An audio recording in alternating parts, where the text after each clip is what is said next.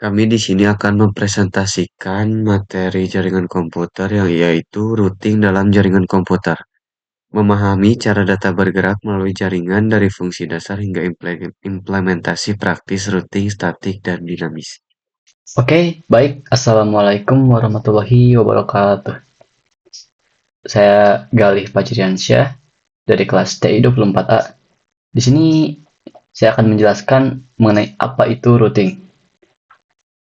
Routing adalah proses menentukan jalur optimal yang dilalui paket data dari komputer sumber ke komputer tujuan melalui jaringan. Routing bekerja pada layer 3, network layer, untuk menganalisis alamat IP tujuan dan mengarahkan traffic. Kemudian, fungsi utama dari routing itu yang pertama, mengidentifikasi rute. Router menganalisis tabel routing untuk menemukan jalur terbaik menuju jaringan tujuan berdasarkan dari alamat IP. Kemudian, pengarahan paket. Nah, mengirimkan paket data melalui interface yang sesuai ke hop berikutnya menuju gateway atau router penerus. Kemudian yang ketiga adalah filtering lalu lintas, yaitu melakukan pengecekan dan pengurangan broadcast, matikan paket mencapai tujuan dengan efisien. Di sini ada manfaat routing yaitu koneksivitas global, efisiensi optimal, keamanan jaringan, dan stabilitas. Routing memungkinkan komunikasi antar jaringan yang luas, mengoptimalkan penggunaan bandwidth, meningkatkan keamanan melalui filtering, dan memfasilitasi pertumbuhan jaringan. Selanjutnya ada routing statistik.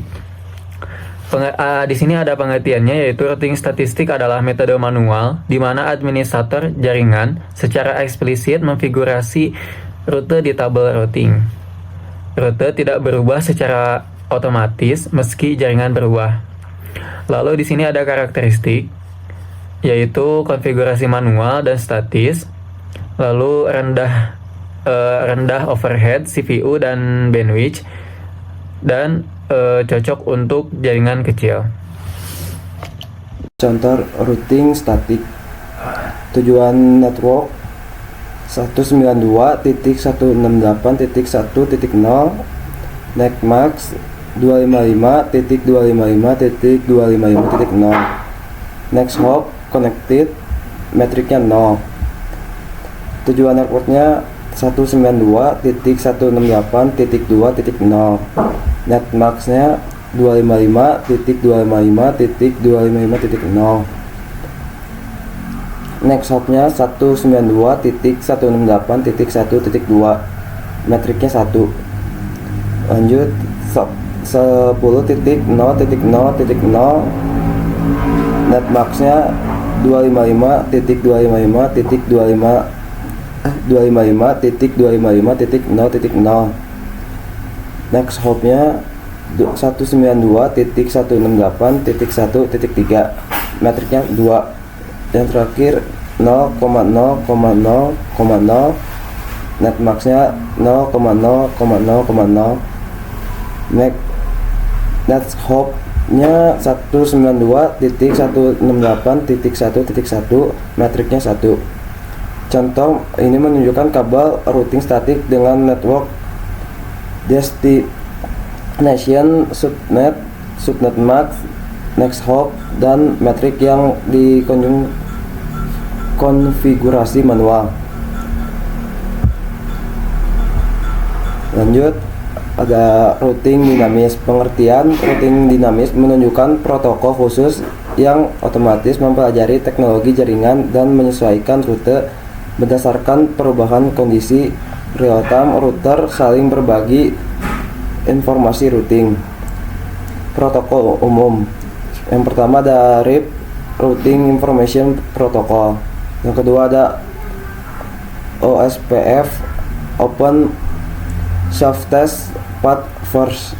Yang ketiga ada BGP, Border Gateway Protocol. Yang terakhir ada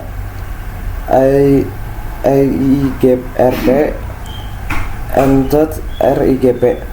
Contoh routing dinamis OSPF. 1. Discovery. Routing mendeteksi tetangganya dan membentuk adjacencies melalui pertukaran hello packets.